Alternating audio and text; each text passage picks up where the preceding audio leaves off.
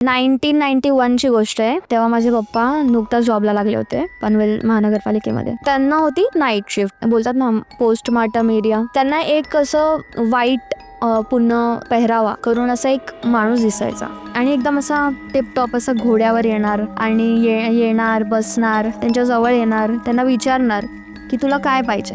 आणि पप्पांनी त्याच्याकडे मोस्टली म्हणजे असं बोलतात ना की हाव नाही केली, काही मागितलं नाही. हा, फक्त त्यांनी ते असे बोलायचे मला भूक लागली आहे, मला तू हे आणून दे. विदिन अ सेकंड टेबलवर यायचं. या कथा मनोरंजनासाठी आहे. काही लोकांचे अनुभव व काही पूर्णपणे काल्पनिकही असू शकतात, त्यामुळे कृपया यांना मनोरंजन म्हणून घ्या. या कथा आपल्या संस्कृतीचा एक भाग आहे, अगदी लहानपणी आजी आजोबांनी सांगितलेल्या गुड गोष्टींसारख्या. आमचा हेतू कोणत्याही प्रकारची अंधश्रद्धा किंवा भीती निर्माण करणे नाही. मला आठवते की तू जेव्हा आपण स्टोरीज डिस्कस करत होतो ना, तेव्हा तू तुझ्या घराबद्दलही काहीतरी सांगितलेलं. मला वाटतं ते वडिलांबरोबर घडलेलं ते. तर ती गोष्ट काय आहे? 1991ची गोष्ट आहे आणि तेव्हा माझे पप्पा नुकताच जॉबला लागले होते पनवेल महानगरपालिकेमध्ये.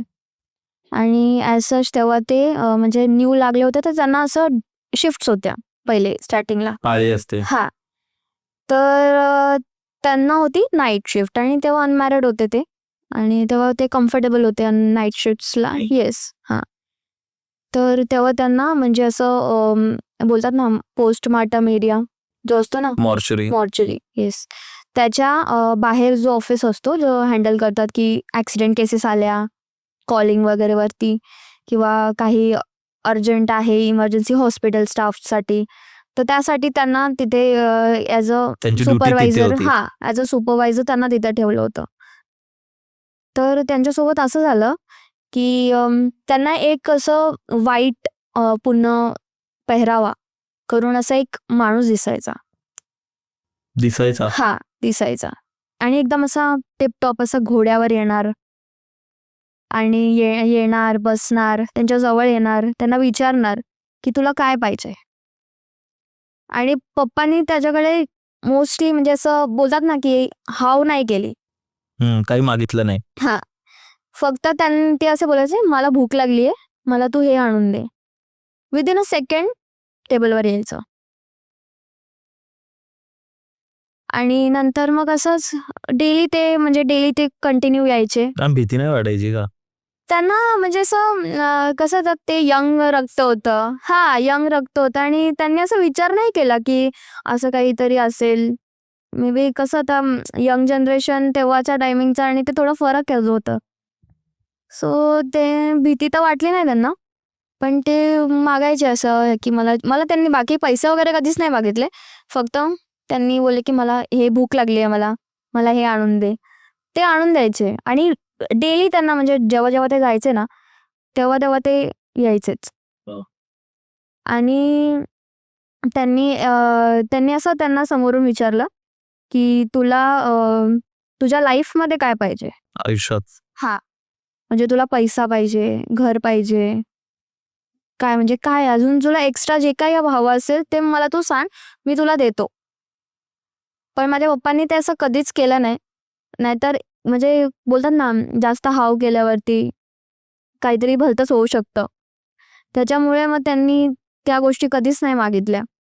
पण त्यांना ते कंटिन्यू दिसायचं, घोड्यावर येणार, व्हाईट पूर्ण पेहराव आणि ते येणार, तुमच्या जेवढं जे काय तू मागणार ते तुला ते देणार. तर असा तो सीन झाला त्यांच्यासोबत की जर त्यांनी जास्त हाव केली असती तर पुढे ते असते नसते. आणि ही सेम स्टोरी म्हणजे आता माझ्या पप्पा आणि माझे मम्मीचे वडील आजोबा माझे त्यांचा काहीच म्हणजे संबंध नाही, पण सेम स्टोरी माझ्या मम्मीला त्यांच्या म्हणजे वडिलांनी सांगितलेली आहे. सेम, काहीच फरक नाही की असं असं होतं. ते यायचे, मला विचारायचे आणि